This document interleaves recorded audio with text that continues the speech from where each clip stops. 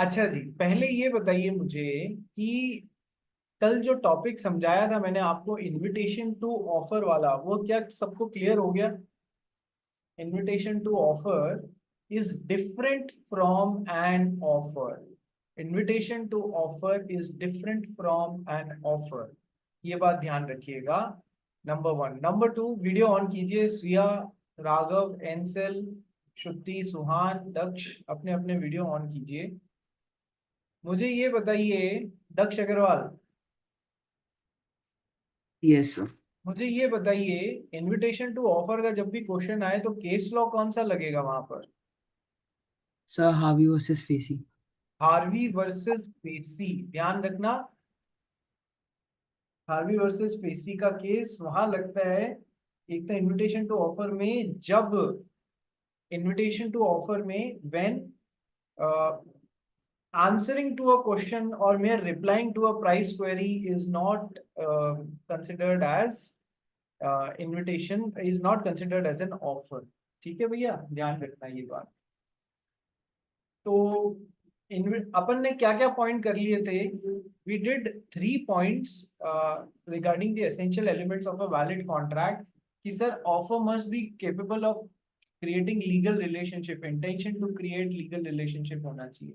दूसरा, the offer must have its terms definite and clear, या फिर सर्टेनिटी का एलिमेंट होना चाहिए, अनसर्टेनिटी का एलिमेंट नहीं होना चाहिए। ठीक है। और तीसरा, offer is different from an invitation to offer. चौथा, आ जाइए, छहों एग्जांपल्स ध्यान रखना इनविटेशन टू ऑफर की, और केस लॉ ध्यान रखना, difference between offer and invitation to offer. Next, the offer must be communicated to the other party, that is the communication होना चाहिए ऑफर का। दक्ष अग्रवाल, बार बार बोलूं क्या? वीडियो ऑन करो भाई। नहीं सर, ज्योमेट्री बॉक्स लगा रहे थे। एंसल फर्नांडीज। 2 मिनट सर, वो मेड काम कर रही है। ठीक है, चलिए। तो offer must be communicated to the other party. ठीक है। अब राघव काबरा जी हैं, इनकी कोई फ्रेंड है, उनको इनको प्रपोजल देना है, ठीक है, या ऑफर देना है। ठीक है। तो काबरा जी यदि अपने मन में ही ऑफर सोच के रख लें, मन में ही ऑफर या प्रपोजल सोच के रख लें, उसको कम्युनिकेट करे ही नहीं, तो तो क्या वो ऑफर जो है, फ्रेंड उसको एक्सेप्ट कर सकते हैं या कर सकती है? नहीं सर, नहीं कर सकते हैं। So offer needs to be communicated from the offerer to the offeree, from the offerer to the offeree। That means offer जो है, ऑफरी के जिसको भी दिया जा रहा है उसकी नॉलेज में आना चाहिए। बात समझ में गई? तभी तभी वो उसको एक्सेप्ट कर सकता है। इस पे पूरा एक क्वेश्चन बनेगा, लॉन्ग एग्जाम में आने वाला क्वेश्चन बनेगा, the offer needs to be communicated.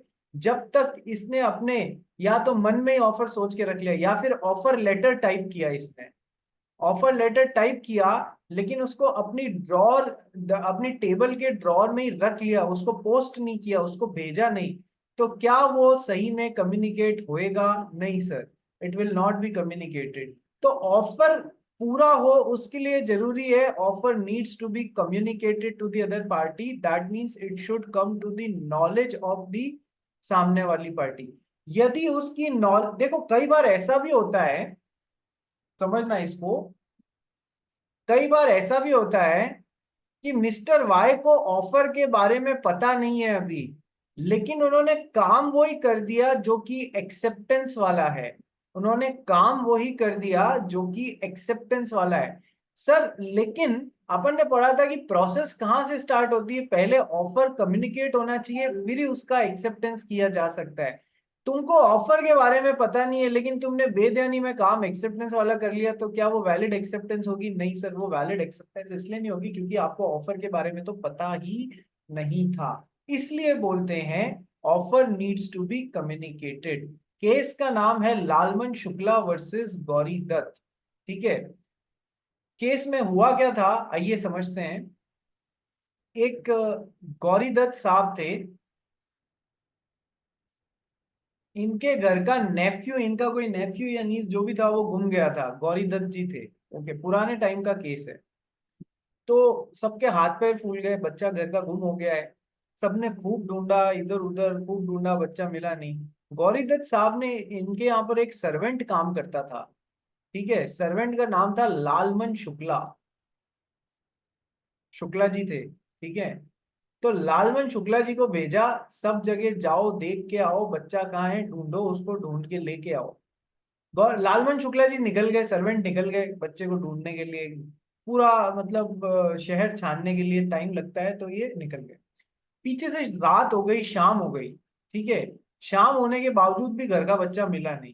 तो गौरी दत्त साहब ने क्या किया, न्यूज़पेपर में एक एडवर्टाइजमेंट दिया। न्यूज़पेपर में एक एडवर्टाइजमेंट दिया कि मेरे घर का बच्चा, जिसका ये फोटो है, ये हाइट है, ऐसी डिटेल्स देके ये गुम हो गया है। जो भी इसको ढूंढ के लाएगा, मैं उसको 500 रुपए इनाम स्वरूप दूंगा। ठीक है, जो भी इसको ढूंढ के लाएगा मैं उसको 500 रुपए इनाम के स्वरूप दूंगा। ऑफर समझ में आ गया? मेरे घर का ये बच्चा है, ये गुम गया है, जो भी ढूंढ के लाएगा वो 500 रुपए इनाम स्वरूप उसको दूंगा। Okay sir. सर, न्यूज़पेपर में एडवर्टाइजमेंट चला गया। अगली सवेरे जो गौरी दत्त जी थे, जो इधर उधर घर के सर्वेंट थे, ढूंढने के लिए निकले थे, उनको बच्चा मिल गया। और उन्होंने लालमन शुक्ला जी जो निकले हुए थे एज ए सर्वेंट, उनको बच्चा मिल गया, और उन्होंने वो बच्चा सवेरे लाके गौरी दत्त जी को दे दिया कि ये लो साहब पकड़ो, मिल गया था, यहाँ इधर उधर बैठा हुआ था। ठीक है। बाद में लालमन शुक्ला जी को ये काम करने के बाद में, बच्चा लाके देने के बाद में पता पड़ा कि मालिक ने तो 500 रुपए का इनाम घोषित किया हुआ है कि जो भी बच्चा ढूंढ के लाएगा उसको 500 रुपए का इनाम दूंगा। ठीक है। तो उन्होंने मांगे अपने मालिक से, गौरी दत्त साहब लाइए 500 रुपए। गौरी दत्त जी ने देने से मना कर दिया, काहे के 500 रुपए, तो हमारे घर का घर में काम करने वाला है, ठीक है, कोई 500 रुपए नहीं है। पुराने टाइम की बात इतनी है कि उस समय 500 रुपए बहुत ही ज्यादा मायने रखते थे। तो शुक्ला जी को गुस्सा आ गया। शुक्ला जी ने कहा, आपने 500 रुपए डिक्लेयर किए थे कि जो भी बच्चा ढूंढ के लाएगा उसको मैं 500 रुपए दूंगा, मैं बच्चा ढूंढ के लाया, अब आप मुझे 500 रुपए देने से मना कर रहे हो। ठीक है, उनको ये बात डाइजेस्ट नहीं हुई। कोर्ट में पहुंची बात, तो केस का नाम पड़ा लालमन शुक्ला। शुक्ला जी ने केस किया है ना, तो लालमन शुक्ला वर्सेस गौरी दत्त। ठीक है sir, Lalman Shukla versus Gauri Dutt. Court ने बोला, हमें ये देखना इंपॉर्टेंट है कि क्या पूरी प्रोसेस के दौरान कोई कॉन्ट्रैक्ट बना क्या दोनों के बीच में। यदि कॉन्ट्रैक्ट बना तब तो गौरी दत्त साहब को 500 रुपए अंडर द कॉन्ट्रैक्ट यहाँ पर देने होंगे। कॉन्ट्रैक्ट नहीं बना तो फिर काहे के 500 रुपए। तो चलो, कॉन्ट्रैक्ट बना कि नहीं बना ये प्रोसेस देखने के लिए प्रोसेस स्टार्ट करी गई। क्या प्रोसेस स्टार्ट करी गई? सबसे पहले ऑफर दिया गया क्या? हाँ सर, ऑफर दिया गया। कहाँ दिया गया? एडवर्टाइजमेंट आया था ना कि जो भी मेरे घर के बच्चे को ढूंढ के लाएगा उसको मैं 500 रुपए इनाम स्वरूप दूंगा। ठीक है, ये ऑफर था। ओके, ये ऑफर कैसा ऑफर था? सर देखो, वैसे तो क्या होता है, जब अपन टाइप्स ऑफ ऑफर कराऊंगा ना मैं आपको, उसमें 5-6 तरीके के, अलग अलग तरीके के ऑफर कराऊंगा। अभी के लिए इतना समझ लो, एक तो होता है specific offer which is given to a specific person. जैसे एंसल ने एक ऑफर राघव काबरा को दिया है, तो this offer is given to a specific person, only he can accept it. पास में खड़ा हुआ दक्ष अग्रवाल सुन भी लेता है पर उसको ऑफर नहीं दिया गया था, तो वो एक्सेप्ट नहीं कर सकता है। Specific offer which is given to a specific person और a specific group of person. क्या ये बात समझ में आ गई? एक्सेप्ट करना है तो राघव काबरा ही कर सकता है, ये स्पेसिफिक ऑफर उस स्पेसिफिक पर्सन को ही दिया गया था। सेकेंड, एक होता है general offer which is given to public at large, जो पूरी पब्लिक को ऑफर दिया जाता है। जैसे कि ये गौरी दत्त साहब ने अखबार में एडवर्टाइजमेंट छपा दिया ना, जो भी मेरे बच्चे को ढूंढ के लाएगा मैं उसको 500 रुपए इनाम स्वरूप दूंगा। इसने पढ़ा, इसको भी ऑफर कम्युनिकेट हो गया, सेकंड आदमी ने पढ़ा, थर्ड ने पढ़ा, फोर्थ ने पढ़ा, फिफ्थ ने पढ़ा, सबको ऑफर कम्युनिकेट हो गया, जो जो इस एडवर्टाइजमेंट को पढ़ता जा रहा है या जिस जिसके नॉलेज में ये बात आती जा रही है। बात समझ गए? तो ये ऑफर्स कैसे होते हैं? General offer, specific offer which is given to a specific person, general offer which is given to public at large. क्या दोनों में फर्क और दोनों क्या होते हैं ये समझ में आ गया आप लोग को? काबरा, दक्ष अग्रवाल, यस, कनव, समझ आ Yes, गया? sir. समझ आ गया तो मेरे को यस ये सर। बात समझ में नहीं आई, मेरे को ये बात समझ में नहीं आई कि तुम लोगों ने अपना वीडियो क्यों ऑफ कर रखा है, सुहान गोयल जी। चलिए, तो सर ये कैसा ऑफर था जो लालमन शुक्ला वर्सेस गौरी दत्त में दिया गया था? सर ये जनरल ऑफर था, एडवर्टाइजमेंट जो छपवाया था, नंबर 1। नंबर 2, कल मैंने आपको इनविटेशन टू ऑफर पढ़ते वक्त भी बताया था कि हर एडवर्टाइजमेंट इनविटेशन टू ऑफर हो ये जरूरी नहीं है। कुछ एडवर्टाइजमेंट्स ऑफर होते हैं, कुछ इनविटेशन टू ऑफर होते हैं। हर एक की लैंग्वेज पढ़ के अपने को समझना है कि ये ऑफर है या इनविटेशन टू ऑफर है। इसलिए एडवर्टाइजमेंट वर्ड देखते ही, न्यूज़पेपर में एडवर्टाइजमेंट वर्ड देखते ही है ना, बगड़ा मत जाना कि ये तो इनविटेशन टू ऑफर होगा, नहीं, लैंग्वेज से समझना है कि ऑफर है। Okay sir. अब कोर्ट ने कहा चलो हमको देखना है क्या दोनों के बीच में कभी भी कोई कॉन्ट्रैक्ट बना क्या, ठीक है, क्या ऑफर दिया गया था? आंसर निकला यस। क्यों? क्योंकि ये जनरल ऑफर था which was given to public at large. Okay sir, हमने एक एसेंशियल एलिमेंट ऑफर का पढ़ा है, that offer needs to be communicated और कम टू द नॉलेज, तभी तो कोई उसको एक्सेप्ट कर पाएगा। पढ़ा है अभी, यही तो पॉइंट पढ़ रहे हैं अपन। यस।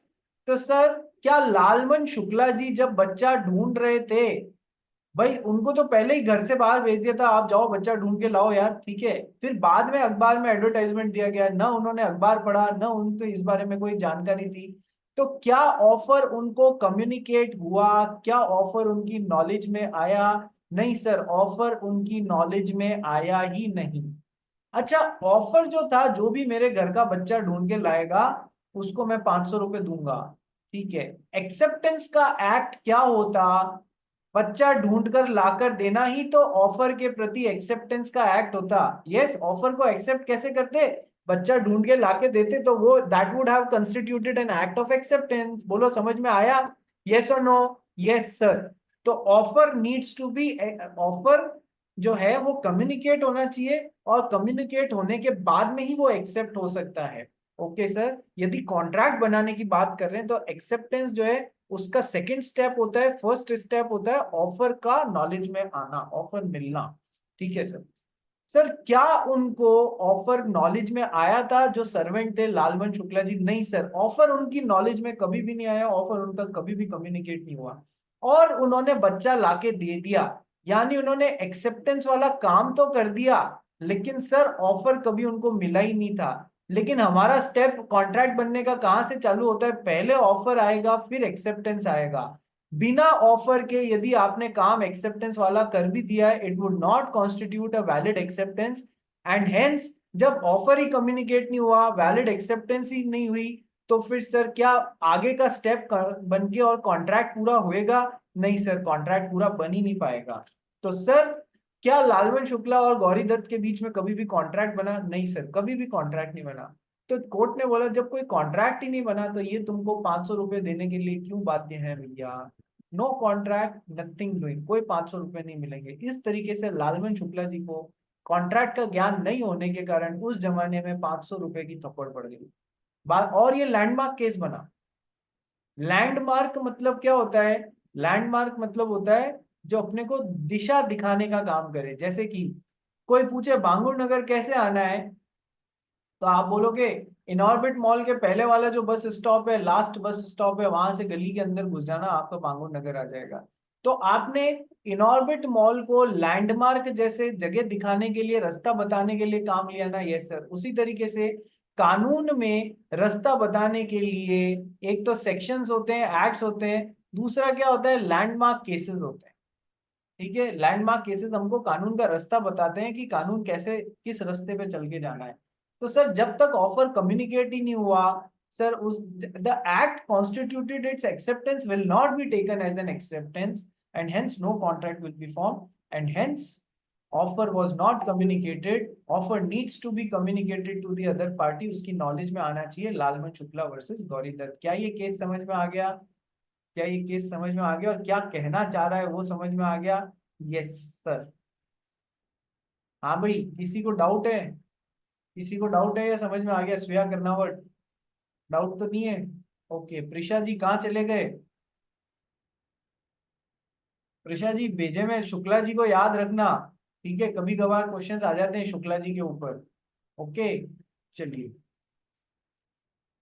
एक अक्षय कुमार की मूवी आई थी बेबी करके, देखी है? अक्षय कुमार की एक मूवी आई थी बेबी करके, जिसमें वो दुबई या कहीं जाके और कुछ तो किसी को बचा के लाता है या पकड़ के लाता है, ठीक है? उसमें एक अनुपम खेर नाम के कैरेक्टर थे, उनका नाम शुक्ला जी था। याद आ रहा है? ठीक है सर, इतनी गहनता से हम नहीं देखते, हम तो एंटरटेनमेंट के लिए देखते हैं। शुक्ला जी वैसे याद रख लेना। चलिए नेक्स्ट। एग्जाम्पल 2 भी ऐसा ही है, इसका टेक्स्ट पढ़ ले दक्ष अग्रवाल एक बार। Okay, sir. The offer must be communicated to the other party slash communication. An offer is effective only when it is communicated to the person whom it is made.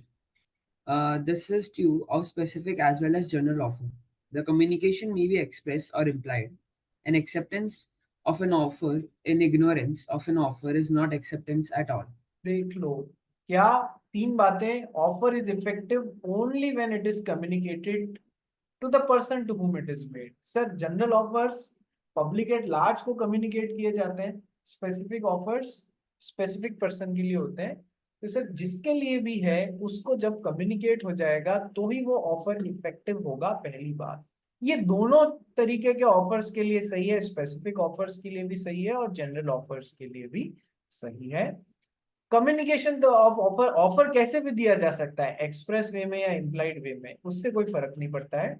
और यदि आपने एक्सेप्टेंस वाला काम कर दिया है, ऑफर के प्रति एक्सेप्टेंस वाला काम कर दिया है, N acceptance of an offer in ignorance of an offer, यानी कि आपको पता ही नहीं है कि ऐसा कोई ऑफर है, आपकी नॉलेज में आया ही नहीं, ठीक है, और आपने एक्सेप्टेंस वाला काम कर दिया, it is not an acceptance at all. वो एक्सेप्टेंस जैसे लिया ही नहीं जाएगा कॉन्ट्रैक्ट बनाने के लिए।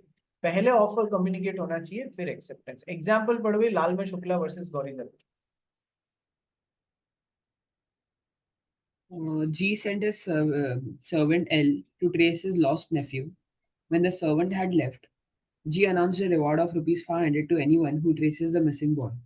L found the boy and brought him home. When L came to know about the reward, he filed a suit against G to recover the reward. It was held that L was not entitled to the reward because he did not know about the reward when he found the missing boy. The जब case is उसने Lalman. हाँ, जब उसने ढूंढ के लाया, उसको offer के बारे में पता ही नहीं था। जब कम्युनिकेट इनको एक्सेप्टेंस वाला ऐड कर भी देने से वो एक्सेप्टेंस नहीं माना जाएगा। सेकंड एग्जांपल भी एकदम सेम ही है, फिच वर्सेस स्नेडेकर। इसमें क्या होता है, कुत्ता घूम जाता है नेफ्यू की बजाय, ठीक है, जो भी ढूंढ के लाएगा उसको ऐसे कर देंगे, ठीक है। ठीक है एंसल, तो ऑफर पहले कम्युनिकेट होना चाहिए, फिर ही एक्सेप्टेंस वाला काम हो माना जाएगा। अदरवाइज काम कर भी दिया एक्सेप्टेंस वाला तो भी वो कॉन्ट्रैक्ट बनाने के लिए मायने नहीं रखेगा। Okay Anselm? यस। सर मेरे को एक अजीब सा डाउट है। अगर अगर वो ये एल ने क्लेम किया था कि मेरे को पता था और फिर उसको बोला नेफ्यू, तो वो बाइंड होता।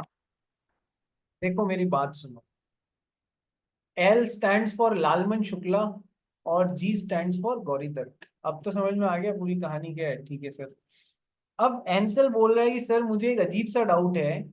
एंसल बोलता सर मुझे एक नॉर्मल डाउट है तो मुझे अजीब सा लगता है, पर एंसल अजीब सा है तो अजीब सा ही डाउट पूछेगा। एंसल पूछ रहा है कि सर, लालवन शुक्ला जी यदि क्लेम करते मुझे तो इस ऑफर के बारे में पहले से पता है, पता था, ठीक है, तो क्या कहानी चेंज हो जाती? बिल्कुल कहानी चेंज हो जाती। ये ऑफर पहले से पता था, फिर उसके एक्सेप्टेंस वाला एक्ट हुआ ना, तो कॉन्ट्रैक्ट बनने की दिशा में काम हो जाता, फिर तो 500 रुपए देने पड़ते।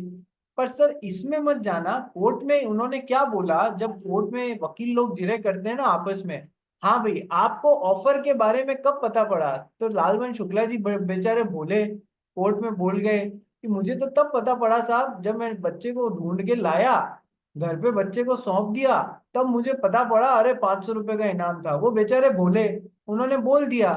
तो इसका मतलब वकील को जो चाहिए था उसको मिल गया, गौरी दत्त के वकील को जो चाहिए था उसको मिल गया कि देखो सर ऑफर तो कम्युनिकेट हुआ ही नहीं था। बात समझ में आ गई? ठीक है, अब इसमें मत जाना सर वो झूठ बोल दे तो क्या, सर प्रूव कैसे करेंगे, ये अपना काम नहीं है, ये किसका काम है, लॉयर्स का काम है, अपना काम as a chartered accountant rule समझना, अप्लाई करना, नंबर लेना, पास होना और इंटर में पहुंच जाना, इतना ही है, और लॉयर लॉयर खेलना नहीं है। चलिए, तो फोर्थ पॉइंट भी अपन ने कर लिया, offer must be communicated to the other party. आइए फिफ्थ पॉइंट की तरफ चलते हैं। The offer must be made with a view to obtain the consent of the other party या ऑफरिंग। भाई मैं तेरे को ऑफर कम्युनिकेट कर रहा हूं तो उसके पीछे मेरा इंटेंशन क्या होना चाहिए, with a view to obtain the consent of the other person. ये तो डेफिनेशन से पॉइंट उठाया हुआ है ना। डेफिनेशन क्या बोलती है, ऑफर की डेफिनेशन क्या बोलती है, when one person signifies to another his willingness to do और एब्सटेन फ्रॉम डूइंग एनीथिंग। क्या मैं क्यों ऑफर कम्युनिकेट करता हूं, with a view to obtain the assent या consent of that other person. यहीं से आ रहा है ना, मैं ऑफर कम्युनिकेट इसीलिए किया जाना चाहिए क्योंकि उसमें इंटेंशन होना चाहिए था तुम्हारी कंसेंट ऑब्टेन करने का, intention to obtain acceptance. Simply आप इंक्वायरी कर रहे हो किसी से, कुछ कर रहे हो, आप एक सिंपल स्टेटमेंट दे रहे हो जिसमें कतई आपका इंटेंशन नहीं है सामने वाले की कंसेंट लेने का। जैसे कि एक्स, मैंने पहले भी बताया ना, एक्स एक तो वाई को बोलता है क्या आप मेरा घर 5 करोड़ रुपए में खरीदेंगे क्या, ये तो 100% ऑफर है क्योंकि ये कंसेंट लेना चाह रहे हैं उसकी। और दूसरा स्टेटमेंट एक्स वाई को बोलता है मैं अपना घर किसी को भी बेच सकता हूं यदि कोई 5 करोड़ रुपए देवे तो। इसमें सेकंड स्टेटमेंट में वाई की एक्सेप्टेंस लेने का हमारा कतई इरादा नहीं था, हम तो एक जनरल स्टेटमेंट दे रहे थे। तो सेकंड वाला ऑफर नहीं है, फर्स्ट वाला ऑफर है। ठीक है, पढ़ ले भाई इसको। इधर से an offer the offer must be made with a view to obtain the consent of the offeree, intention to obtain acceptance. An offer to do or not to do must be made with a view to obtain the consent or assent of the other party. Mere inquiry, statement of intention, or mere communication of information is not an offer. Example: quote the lowest price from bumper hall pen. For a Ball pen, bumper, sorry. Bumper ball pen. ठीक है, bumper hall pen, ball pen जो भी था यार, ठीक है, वो अपन ने वहां पढ़ा था ना, वही पॉइंट है। Next point, an offer may be conditional. Offer conditional भी हो सकता है, कैसे, आइए समझते हैं। हमारा सुहान गोयल है,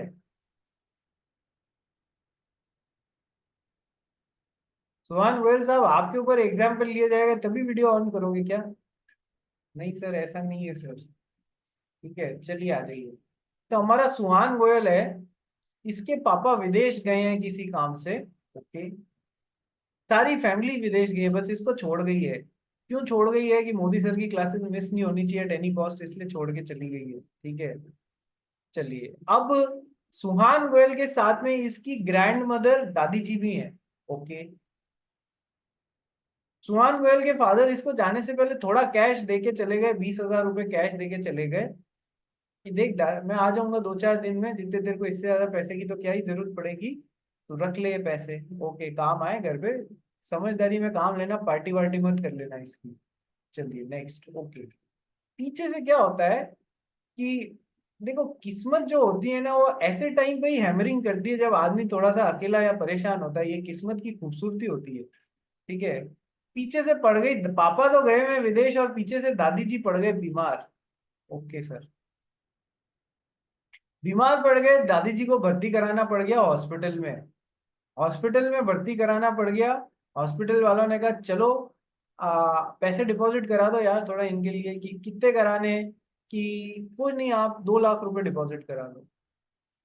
तो पैसे तो थे नहीं, पापा तो फ्लाइट में बैठे हुए थे जाने के लिए और उधर इमीडिएटली पैसे जमा कराने थे। मैंने कहा थोड़ा, हॉस्पिटल वालों ने बोला थोड़ा टाइम दे सकते हो क्या, बोला ठीक है आज 1 बजे, सवेरे 10 बज रही है, आप 1 बजे तक करा दीजिए, हम जितने इनका इलाज चालू कर लेते हैं। ठीक है, उसने कहा ठीक है। अब मजे की बात यह है कि हमारे सुहान गोयल के पास में एक रोलेक्स वॉच है।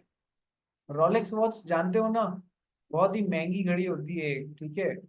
10 लाख रुपए की रोलेक्स वॉच है इसके पास में। पता नहीं ऐसा क्या काम किया कि 10 लाख रुपए की रोलेक्स वॉच पापा ने दिलाई इसको। ओके, तो अब इसने ऑफर दिया, जिसको भी दिया, फॉर एग्जाम्पल उसने ऑफर दिया, ये 10 लाख रुपए वाली रोलेक्स वॉच में तेरे को 3 लाख रुपए में दे दूंगा। ये 10 लाख रुपए वाली रोलेक्स वॉच तेरे को 3 लाख रुपए में दे दूंगा, प्रोवाइडेड पैसा 12 बजे तक मेरी टेबल पे आ जाना चाहिए। प्रोवाइडेड पैसा तू मेरे को 12 बजे तक टेबल पे लाके रख दे वो 3 लाख रुपए, तो ये एक्सेप्टेंस तू इस घड़ी को लेने की दे सकता है। तो ये ऑफर कैसा हुआ?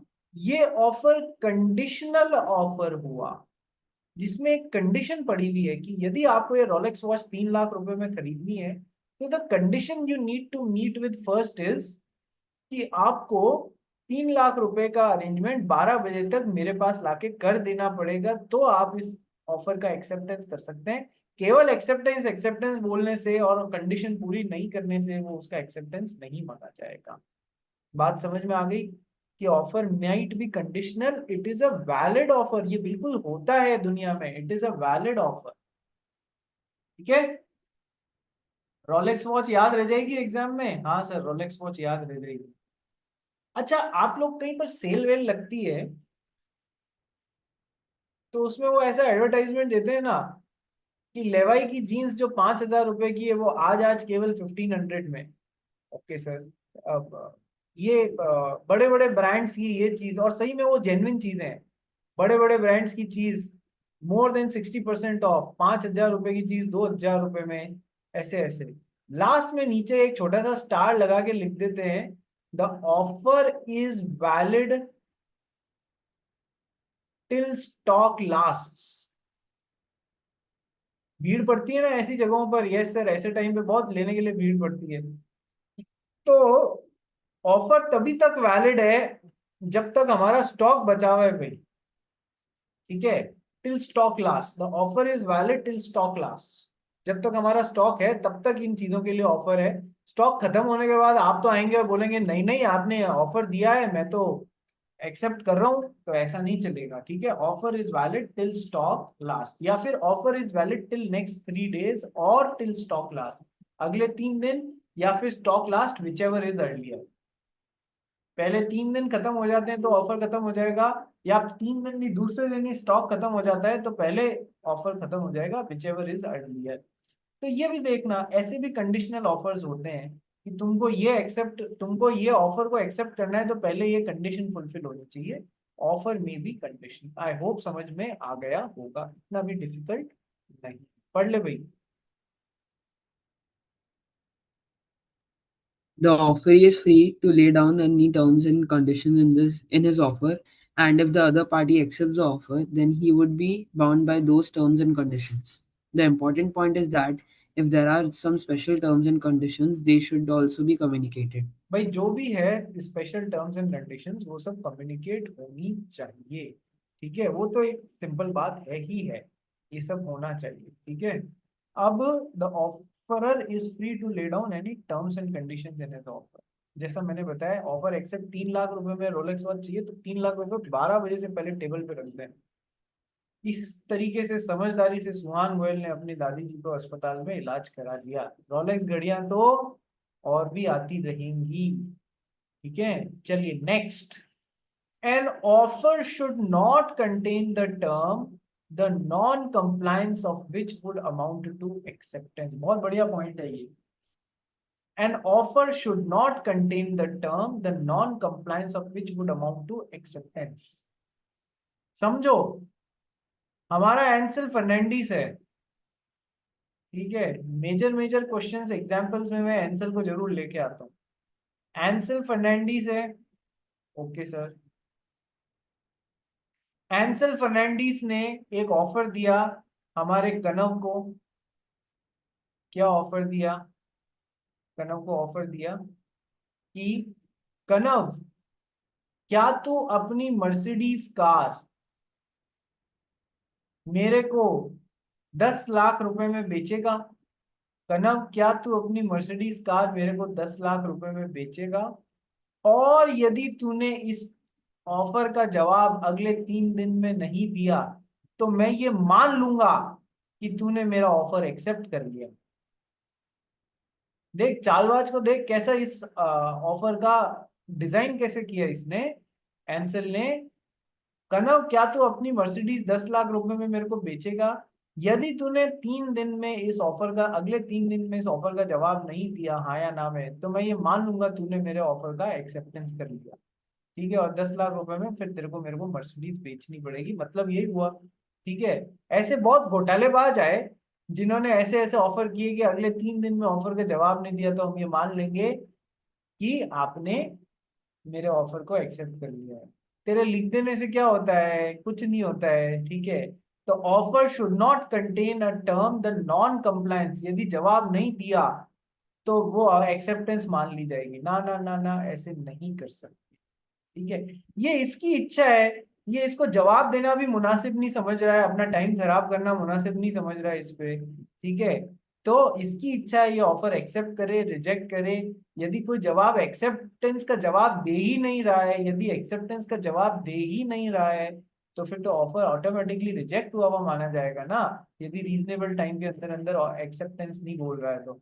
ये तो ऐसा नहीं होता है कि तुमने जवाब नहीं दिया 3 दिन में या 7 दिन में तो मेरा ऑफर एक्सेप्ट मान लिया जाएगा ना, ऐसा हो ही नहीं हो, कुछ नहीं, ऐसा हो ही नहीं सकता। पढ़ ले भाई इसको। While making the offer cannot say that if the offer is not accepted before a certain date, it will be presumed to have been accepted unless the offeree sends him reply, no contract will arise. Unless the offeree sends his reply, जब तक वो सही में acceptance का reply नहीं भेज देगा कोई कॉन्ट्रैक्ट ना बनने वाला है। No contract will arise. ठीक है। एग्जाम्पल यही है, पढ़ लेना आप लोग। ठीक है। नेक्स्ट आता है एन ऑफर में बी स्पेसिफिक ऑफर और जनरल ऑफर। स्पेसिफिक ऑफर और जनरल ऑफर बता दिया है ना आपको कि sir specific offer which is made to a specific person और a specific group of persons भी आता है।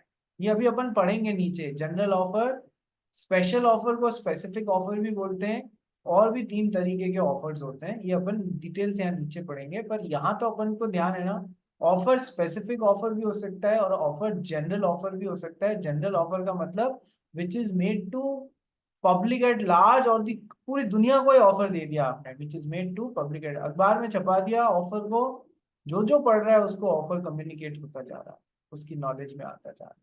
ठीक है। नेक्स्ट, ऑफर में भी अ पॉजिटिव ऑफर और अ नेगेटिव ऑफर। आप लोग पूरा पॉजिटिव और नेगेटिव लिखना, मेरी तरह ये मत लिख लेना। ठीक है, एग्जामिनर समझ नहीं पाएगा। तो ऑफर में भी अ पॉजिटिव ऑफर और a negative offer. Positive offer क्या होता है? Offer to do something. Negative offer, offer not to do something और एब्सटेन फ्रॉम डूइंग समथिंग। आप मुझ पे केस नहीं करेंगे तो इधर नेगेटिव ऑफर, और आप मुझ पे, आप अपनी कार मुझे बेचेंगे क्या? ठीक है, तो ये तो कुछ करने के लिए और ये कुछ नहीं करने के लिए। ऑफर कैसा भी हो सकता है, पॉजिटिव या नेगेटिव। ये भी समझ में आ गया। नेक्स्ट, ऑफर में भी एक्सप्रेस ऑफर और इम्प्लाइड ऑफर, ये भी समझ में आ गया। ऑफर शब्दों से भी दिया जा सकता है, ऑफर अपने कंडक्ट ऑफ पार्टीज से भी दिया जा सकता है। ऑफर में भी एक्सप्रेस ऑफर। क्या ये बात समझ में आ गई? ऑफर्स के असेंशियल एलिमेंट समझ में आ गए? ऑफर्स के असेंशियल एलिमेंट समझ में आ गए? Yes sir. एग्जाम में क्वेश्चन कैसे आ सकता है सर? डायरेक्टली भी आ सकता है। Define offer. ऑफर क्या होता है, डिफाइन कीजिए। स्टेट इट्स असेंशियल एलिमेंट्स और legal rules of a valid offer. ठीक है। या तो क्वेश्चन ऐसे इस तरीके से पूरा थ्योरेटिकल आ जाएगा, या फिर क्वेश्चन केस स्टडी बेस बना के दे देंगे, जैसे बम्पर हॉल पेन हो गया, हार्वी वर्सेस फेसी हो गया, इनविटेशन टू ऑफर हो गया। अलग से इनविटेशन टू ऑफर पे क्वेश्चन आ सकता है। ठीक है, ऐसे भी हो सकता है। कोई पॉइंट केस स्टडी में इन 8